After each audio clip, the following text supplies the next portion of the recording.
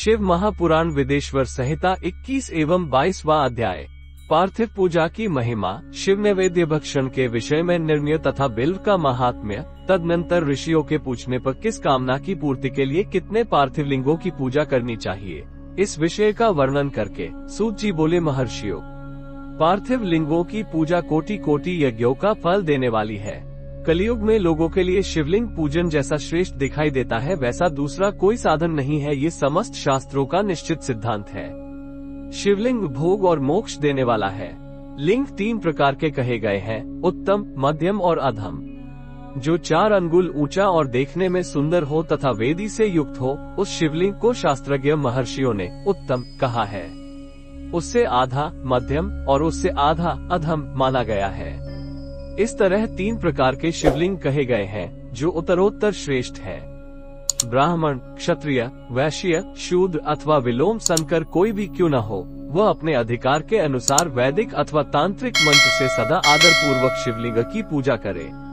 ब्राह्मणों, महर्षियों, अधिक कहने से क्या लाभ। शिवलिंग का पूजन करने में स्त्रियों का तथा अन्य सब लोगों का भी अधिकार है। तारांकन।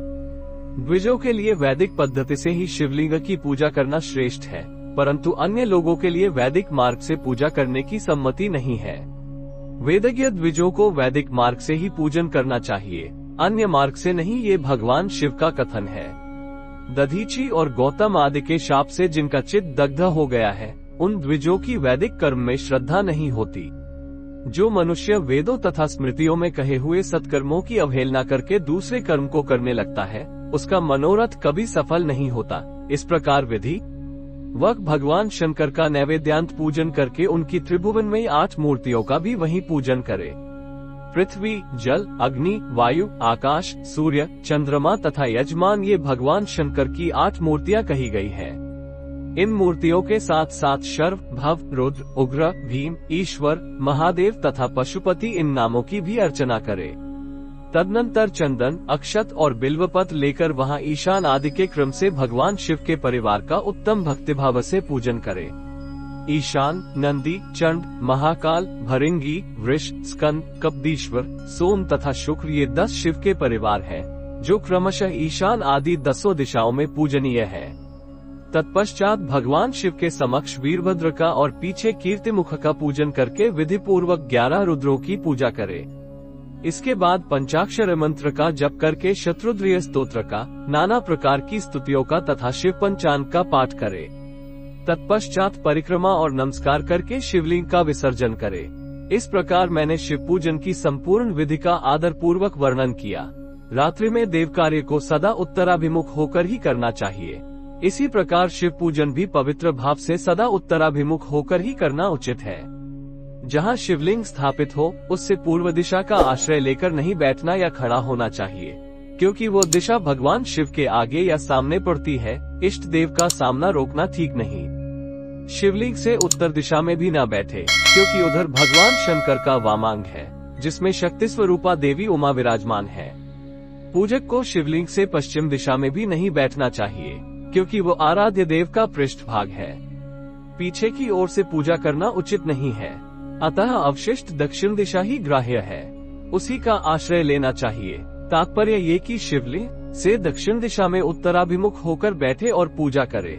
विद्वान पुरुष को चाहिए कि वो भस्म का त्रिपुंड लगाकर, रुद्राक्ष की माला लेकर तथा बिल्वपत्र का संग्रह करके ही भगवान शंकर की पूजा करे, इनके बिना नहीं। मुनिव्रो, शिव पूजन आरंभ करते समय यदि भस्म न मिले तो मिट्टी से भी ललाट में त्रिपुंड अवश्य कर लेना चाहिए। ऋषि बोले, मुने, हमने पहले से यह बात सुन रखी है कि भगवान शिव का नैवेद्य नहीं ग्रहण करना चाहिए। इस विषय में शास्त्र का निर्णय क्या है, ये बताइए। साथ ही बिल्व का महात्म्य भी प्रकट कीजिए। सूत जी ने कहा, मुनियों, आप शिव संबंधी व्रत का पालन करने वाले हैं, अतः आप सबको शतशः धन्यवाद है। मैं प्रसन्नता पूर्वक सब कुछ बताता हूँ, आप सावधान होकर सुने। जो भगवान शिव का भक्त है, बाहर भीतर से पवित्र और शुद्ध है, उत्तम व्रत का पालन करने वाला तथा दृढ़ निश्चय से युक्त है, वो शिव नैवेद्य का अवश्य भक्षण करे। भगवान शिव का नैवेद्य अग्राह्य है, इस भावना को मन से निकाल दे। शिव के नैवेद्य को देख लेने मात्र से भी सारे पाप दूर भाग जाते हैं। उसको खा लेने पर तो करोड़ों पुण्य अपने भीतर आ जाते हैं। आए हुए शिव नैवेद्य को सिर झुकाकर प्रसन्नता के साथ ग्रहण करे और प्रयत्न करके शिव स्मरण पूर्वक उसका भक्षण करे। आए हुए शिव नैवेद्य को जो ये कहकर कि मैं इसे दूसरे समय में ग्रहण करूंगा, ने में विलंब कर देता है, वो मनुष्य निश्चय ही पाप से बच जाता है। जिसने शिव की दीक्षा ली हो, उस शिव भक्त के लिए ये शिव नैवेद्य अवश्य भक्षणीय है, ऐसा कहा जाता है।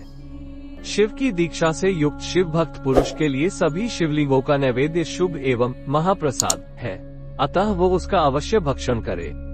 परंतु जो अन्य देवताओं की दीक्षा से युक्त है और शिव भक्ति में भी मन को लगाए हुए हैं, उनके लिए शिव नैवेद्य भक्षण विषय में क्या निर्णय है, इसे आप लोग प्रेम पूर्वक सुने। ब्राह्मणों, जहाँ से शालग्राम शिला की उत्पत्ति होती है, वहाँ के उत्पन्न लिंग में रस लिंग, पार्दलिंग में पाषाण, रजत तथा सुवर्ण से निर्मित लिंग में, देवताओं तथा सिद्धों द्वारा प्रतिष्ठित लिंग में, केसर निर्मित लिंग में, स्फटिक लिंग में, रत्न निर्मित लिंग में तथा समस्त ज्योतिर्लिंगों में विराजमान भगवान शिव के नैवेद्य का भक्षण चांद्रायन व्रत के समान पुण्यजनक है। ब्रह्म हत्या करने वाला पुरुष भी यदि पवित्र होकर शिव निर्माल्य का भक्षण करके उसे सिर पर धारण करे तो उसका सारा पाप शीघ्र ही नष्ट हो जाता है। पर जहाँ चंड का अधिकार है, वहाँ जो शिव निर्माल्य हो उसे साधारण मनुष्यों को नहीं खाना चाहिए।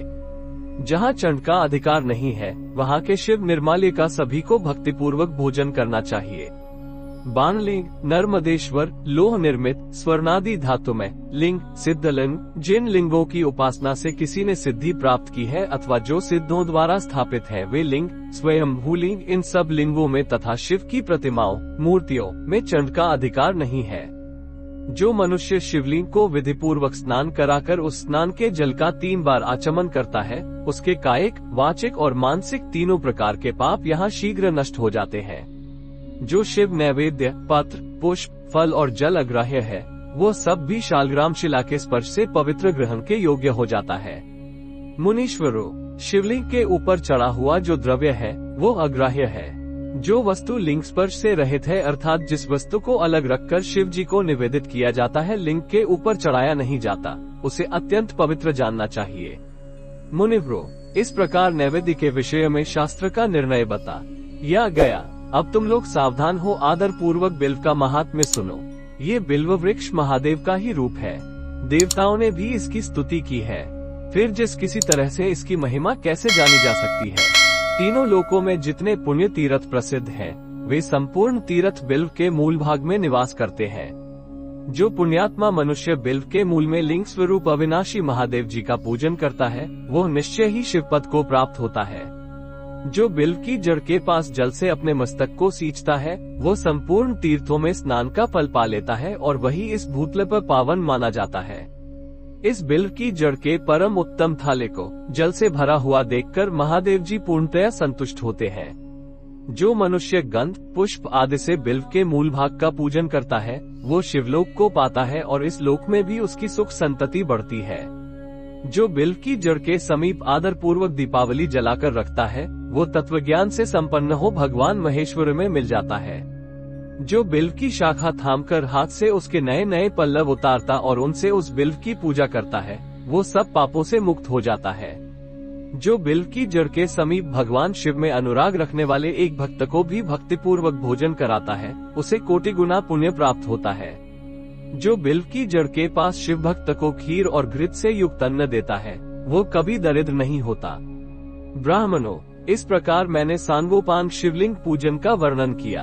ये प्रवृत्ति मार्गी तथा निवृत्ति मार्गी पूजकों के भेद से 2 प्रकार का होता है। प्रवृत्ति मार्गी लोगों के लिए पीठ पूजा इस भूतल पर संपूर्ण अभीष्ट वस्तुओं को देने वाली होती है।